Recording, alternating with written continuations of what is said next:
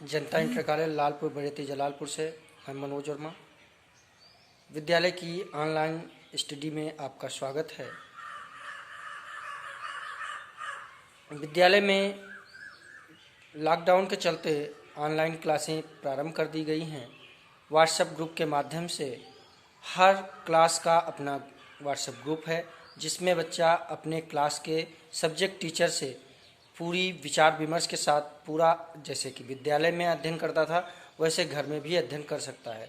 जो भी समस्याएं व्हाट्सएप ग्रुप में जो नंबर दिए गए हैं या व्हाट्सएप ग्रुप के माध्यम से ही उनकी समस्या का समाधान कर सकते हैं। इसके लिए आपको व्हाट्सएप ग्रुप के माध्यम से विद्यालय के दिए गए टाइम टेबल के हिसाब से विद्यालय के सब्जेक्ट टीचर आपके ग्रुप में मौजूद रहेंगे। वो आपकी समस्या का हर संभव प्रयास करेंगे। तो ज़्यादा समय न नष्ट करते हुए आज हम अपने क्लास को प्रारंभ करते हैं।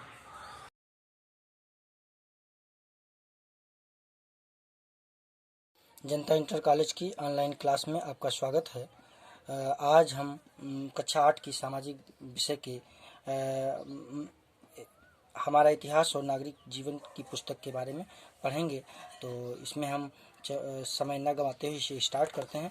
आपको मैंने इसकी पाठ्यचर्या के बारे में बता ही दिया है कि क्या क्या पढ़ना है, ये मैंने आपको बता ही दिया है, पहले भी बता दिया है।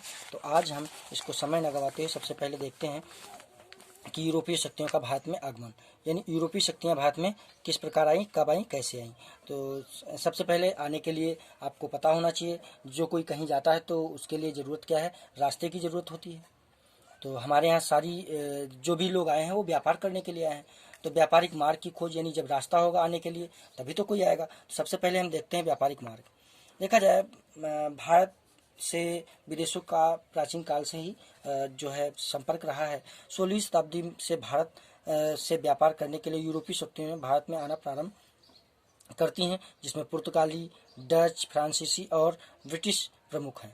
यानी कौन कौन से? पुर्तगाली, डच, फ्रांसीसी और ब्रिटिश कंपनियां जो हमारे यहाँ, यानी जो व्यापारी थे वो आते रहे हैं।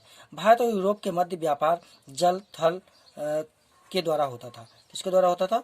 व्यापार जो था यूरोप के मध्य व्यापार जल थल दोनों के द्वारा होता था, यानी सड़क मार्ग से भी होता था और जल मार्ग से भी होता था।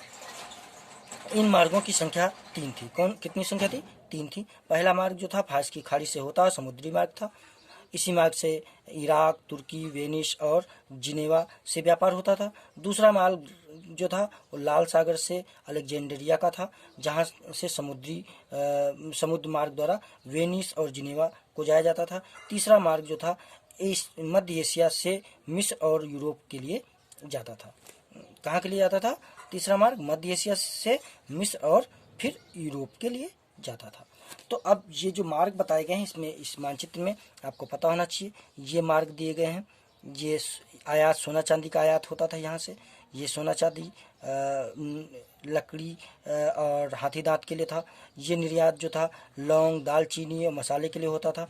अब इस तरीके से देखते हैं, ये जो था रेशम, मलमल, ये जो है नील, चावल, इसके लिए होता था। ये भारत है।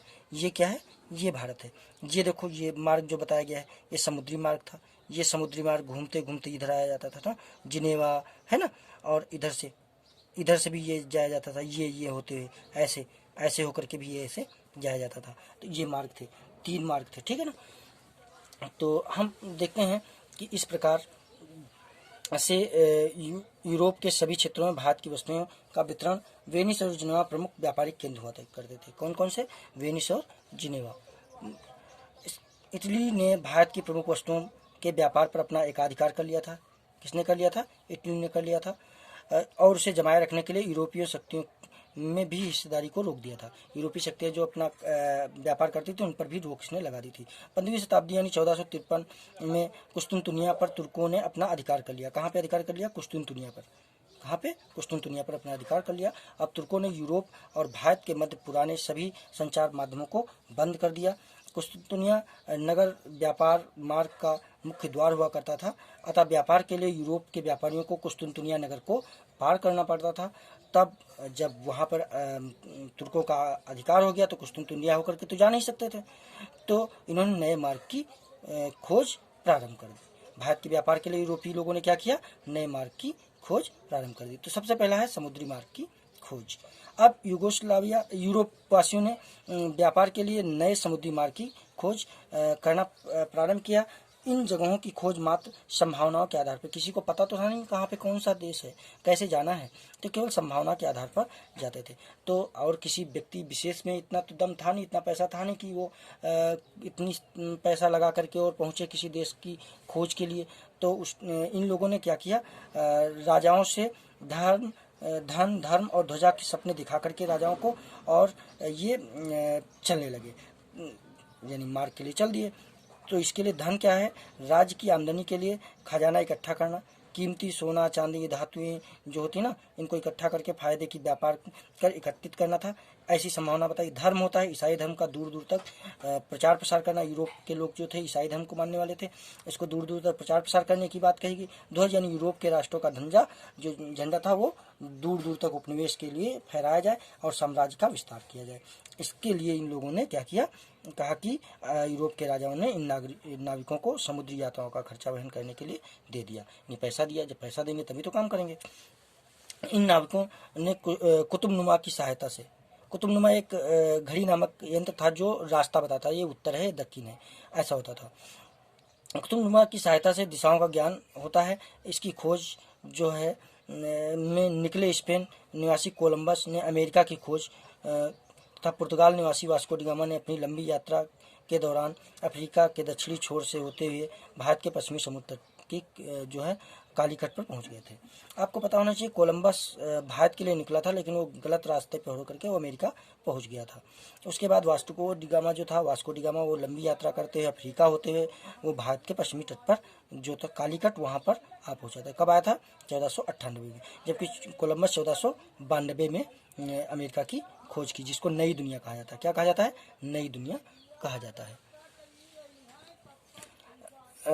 नई दुनिया कहा जाता है।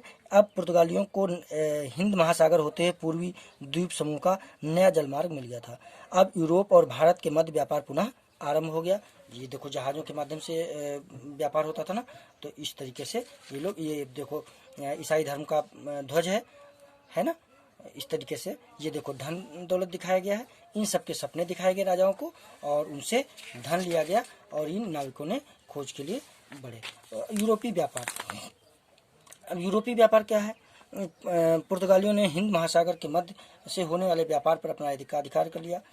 वे सोना चांदी लाते थे और हमारे देश से सूती वस्त्र, रेशम वस्त्र, विभिन्न मसाले ले जाते थे, जिससे बहुत ज़्यादा मुनाफा कमाते थे।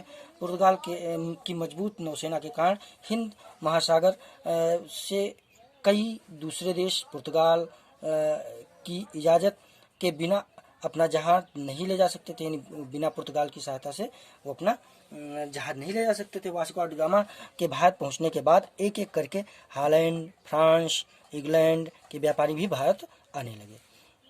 ये सब लोग आने लगे। भारत में यूरोपीय व्यापारियों की होड़ लग गई। अब भारत में बहुत सारे यूरोपीय कंपनियां आने लगी, व्यापारी आने लगे। व्यापार के लिए धन, लंबी यात्रा करने वाले जहाज, नाविक, तीन साधनों का जो था बहुत ही महत्व था। धन, लंबी यात्रा करने वाले लोग और जहाज, यानी जो लंबी यात्रा करने वाले जहाज, नाविक और धन, तीन चीज़ों की आवश्यकता होती थी। इन साधनों को प्राप्त करने के लिए कुछ जो थे अमीर यूरोपीय व्यापारियों ने 17वीं शताब्दी की शुरुआत में जो कि 1600 से 1670 के बीच व्यापारिक कंपनियां बनाई, यानी इन्होंने जहाज देना, ये सब नाविक देना, ये सब प्रारंभ कर दिया। व्यापारिक कंपनियों का अर्थ है व्यापार में कई लोगों की हिस्सेदारी, यानी कई लोगों का शेयर होता था। सभी हिस्सेदार व्यापार में अपनी अपनी पूंजी लगाते थे और लगाई गई पूंजी के अनुपात में व्यापार में प्राप्त मुनाफे को आपस में बांट लिया करते थे। हॉलैंड में Dutch east India company, England में ब्रिटिश ईस्ट इंडिया कंपनी बनी, फ्रांस में फ्रेंच ईस्ट इंडिया कंपनी बनी। अब ध्यान रखना है, हॉलैंड में डच ईस्ट इंडिया कंपनी बनी, इंग्लैंड में ब्रिटिश ईस्ट इंडिया कंपनी बनी और फ्रांस में फ्रेंच ईस्ट इंडिया कंपनी बनी। आज भी निजी कंपनियां इसी प्रकार पूंजी इकट्ठा करती हैं, क्योंकि एक के पास इतना पैसा तो होता नहीं, इसी प्रकार से पूंजी इकट्ठा करती हैं। तो यूरोप की कंपनियां जो हैं इनका आगमन, तो पुर्तगाली जो है पुर्तगाली 1498 में पुर्तगाल के नाविक आपको पता ही 1498 में वास्को डी गामा भारत पहुंचा, और अंग्रेज 1600 में, और डच 1602 में, और फ्रांसीसी 1664 में इन कंपनियों का आगमन हुआ। भारत में सबसे पहले पुर्तगाली व्यापार करने आए। उन्होंने पश्चिमी समुद्र तट पर गोवा, दमन द्वीप में अपने व्यापारिक केंद्र स्थापित किए। विदेशी कंपनियों ने इन व्यापारिक केंद्रों पर को कोठी कहा जाता था, यानी जो दमन द्वीप में जो विदेशी कंपनियां आकर के अपनी केंद्र स्थापित किए, इनको क्या कहा जाता था? कोठी कहा जाता था, जैसे फैक्ट्री कहा जाता था, जैसे कि ये फैक्ट्री बनी हुई है, ठीक है ना, उस समय की। पोर्ट विलियम केंद्र है, व्यापारिक केंद्र फोर्ट विलियम कोलकाता का। उसके बाद फैक्ट्री के बारे में ये बताया गया है। फैक्ट्री, कोठी, फैक्ट्री का शब्द प्रयोग व्यापारिक केंद्रों में के लिए होता था, यानी कार्यालय के लिए होता था। फैक्टर शब्द का अर्थ होता है एजेंट, कंपनी की ओर से कार्य करने वाले व्यापारी एजेंट यानी कोठी में कार्य करते थे, उसे फैक्ट्री कहा जाता था। यूरोप की बस्तियों के लिए भी सैनिक रखे जाते थे यहाँ पे, यानी इन बस्तियों के लिए सैनिक भी रखे जाते थे। कोठी की रक्षा करने के लिए किले भी होते थे, और इन किलों की सुरक्षा के लिए यूरोपी व्यापारी जो थे वो सशस्त्र सैनिक भी तैनात करते थे, यानी सशस्त्र यानी सेना के सैनिक तैयार करते थे, रखते थे। वास्को ड गामा के भारत पहुंचने के बाद एक एक करके हॉलैंड, इंग्लैंड, फ्रांस के व्यापारी भी जल मार्ग के रास्ते भारत आने लगे। उस समय हिंदुस्तान के तो किसी भी शासक ने नौसेना तैयार करने की बात सोची तक नहीं थी जब ये आने लगे थे जल मार्ग से। तब भारत के किसी भी शासक ने नौसेना के बारे में विचार भी नहीं किया था। हॉलैंड निवासियों ने, जो डच कहलाते थे, कालीकट, कोचीन, नागापट्टनम तथा चिनसुरा में व्यापारिक केंद्र खोले। फ्रांसीसियों ने मछलीपट्टनम, पांडिचेरी, चंद्रनगर, माही स्थानों पर अपने व्यापारिक केंद्र खोले। अंग्रेजों ने केवल समुद्र तट पर ही सीमित नहीं रखा, बल्कि ये सूरत, कैम्बे, अहमदाबाद, आगरा, बड़ौच, पटना, काशिम बाजार आदि स्थानों पर व्यापारिक केंद्र बनाए, क्योंकि इसने अपना पहले से बड़ा विस्तार कर लिया। किसने विस्तार कर लिया? अंग्रेजों ने। भारत में यूरोप के सभी देशों में व्यापारी पुर्तगालियों के हाथ से व्यापार छीनना चाहते थे। ये क्या, सभी जो यूरोप से आए सभी देश जो थे, ये पुर्तगालियों से अपने हाथ यानी उनके हाथ से व्यापार छीनने की होड़ लगा रहे थे। उनकी कोशिश यही रहती थी कि भारत में कम से कम कीमत देकर सामान खरीद सकें, फिर वह इस सामान को यूरोप में अधिक से अधिक दाम पर बेचें और खूब मुनाफा कमा सकें। उन्होंने पाया कि सूरत जो और मसूलीपट्टनम, जिसको मछलीपट्टनम कहा जाता है, जैसे बड़े बंदरगाहों पर सामान व्यापारियों द्वारा बिकने लाया जाता है, यानी इन पर जो है सामान बिकने लाया जाता था, यह महंगा मिलता है। तो उन्होंने सोचा कि गांव-गांव जाकर अपने एजेंट तैयार कर दें, और एजेंट के माध्यम से अगर हम खरीदेंगे तो और सस्ता पड़ेगा, यानी जो चीज़ गांव से ली जाएगी वो और सस्ती पड़ेगी। तो ये सारी चीज़ सोची। इसके साथ साथ समय के साथ साथ पुर्तगाली नौसेना और किलों की ताकत अंग्रेज, डच और फ्रांसीसी के मुकाबले के कारण कमज़ोर पड़ गई। कुछ समय तक किसी एक का भारत पर व्यापार नहीं जम सका। विदेशी कंपनियों ने व्यापार में लाभ कमाने के लिए साम, दाम, दंड और भेद के तरीके भी अपनाए।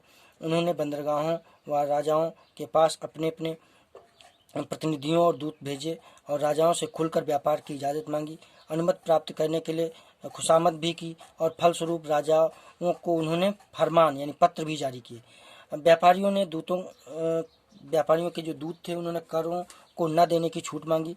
इसके बदले में उन्होंने बादशाहों को और राजाओं को खूब सारी चीज़ें भेंट की, यानी जैसे कि जानते हो कि आप किसी से अगर हमें कोई काम चलाना तो उसे कुछ भेंट देते ना, जिसे घूस बोलते हैं आज के समय में, तो देते थे। तो राजाओं से छूट मांगने के लिए मुगल बादशाह जहांगीर के दरबार में कैप्टन हॉकिंस, जो 1608 ईस्वी में आने वाला पहला अंग्रेज राजदूत था, इसके बाद सर टॉमस रो, जो कि 1615 में जहांगीर के दरबार में आया, उसने मुगल जहांगीर के दरबार की शान शौकत देखी और वह उससे बहुत प्रभावित हुआ।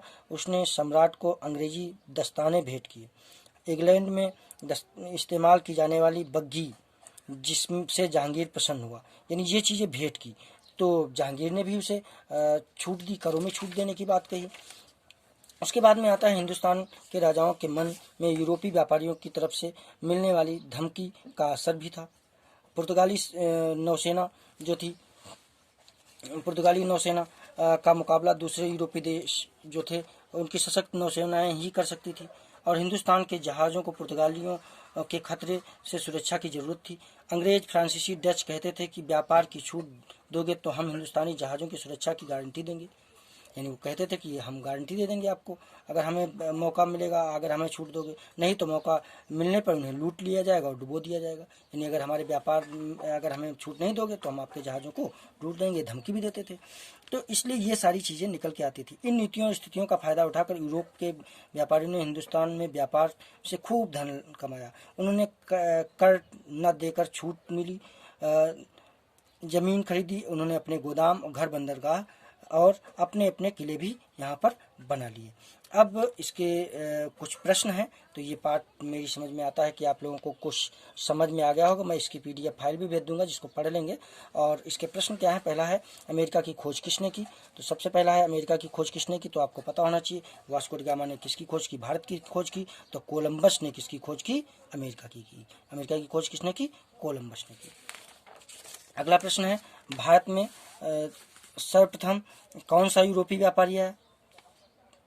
फ्रांसीसी आया, अंग्रेज आया, डच आया, कौन सा है, पुर्तगाली नाविक आया था ना, कौन सा है, पुर्तगाली आया। लघु उत्तरीय प्रश्न, किस यंत्र के आविष्कार से लंबी यात्राएं आसान हुई। किस यंत्र के आविष्कार से, मैंने आपको बताया था, कुतुबनुमा के आविष्कार से। किसके आविष्कार से, कुतुबनुमा के आविष्कार से। वास्को डी गामा किस देश का निवासी था, कहाँ का था, पुर्तगाल का। मुगल बादशाह जहांगीर के दरबार में आने वाला प्रथम अंग्रेज राजदूत कौन था, मैंने बताया था। प्रथम अंग्रेज राजदूत जो था वो कैप्टन हॉकिंस। कौन था, कैप्टन हॉकिंस। कब आया था, 1608 में आया था। ठीक है, तो 1608 में ये आया था। उसके बाद में अगला है वास्को डी गामा के बाद ये हो गया। फिर है लघु उत्तरीय प्रश्न, भारत और यूरोप के मध्य जो है होने वाले व्यापारिक मार्गों के बारे में लिखिए। तो भारत और यूरोप के मध्य व्यापारिक मार्ग मैंने आपको सबसे पहले ही बता दिया है। वो लिखना व्यापारिक कंपनियों से आप क्या समझते हैं, वो भी मैंने बता दिया है कि सहयोग के चलते एक नहीं कई लोग मिलकर के अपना व्यापारिक कंपनी बनाते, जैसे जहाज और नाविक, इन सबको इकट्ठा करके एक बनाए जाते थे। दीर्घ उत्तरीय प्रश्न में बताया गया है पुराने यूरोपीय व्यापारिक मार्ग कौन से थे, नए व्यापारिक मार्गों की क्यों खोज शुरू हुई, क्योंकि कुस्तुनतुनिया पर तुर्कों का जो है शासन था, उन्होंने कुस्तुनतुनिया से होकर के निकलने की छूट नहीं दी थी। इसके चलते भारत का व्यापार ठप हो गया था यूरोपीय देशों का, तो उन लोगों ने जलमार्ग से दूसरी खोज शुरू की थी। ठीक है, तो ये सारी चीज़ें आपको पढ़ लेनी है। अब अगला हम अगले दिन और बताएंगे। जय हिंद, जय भारत।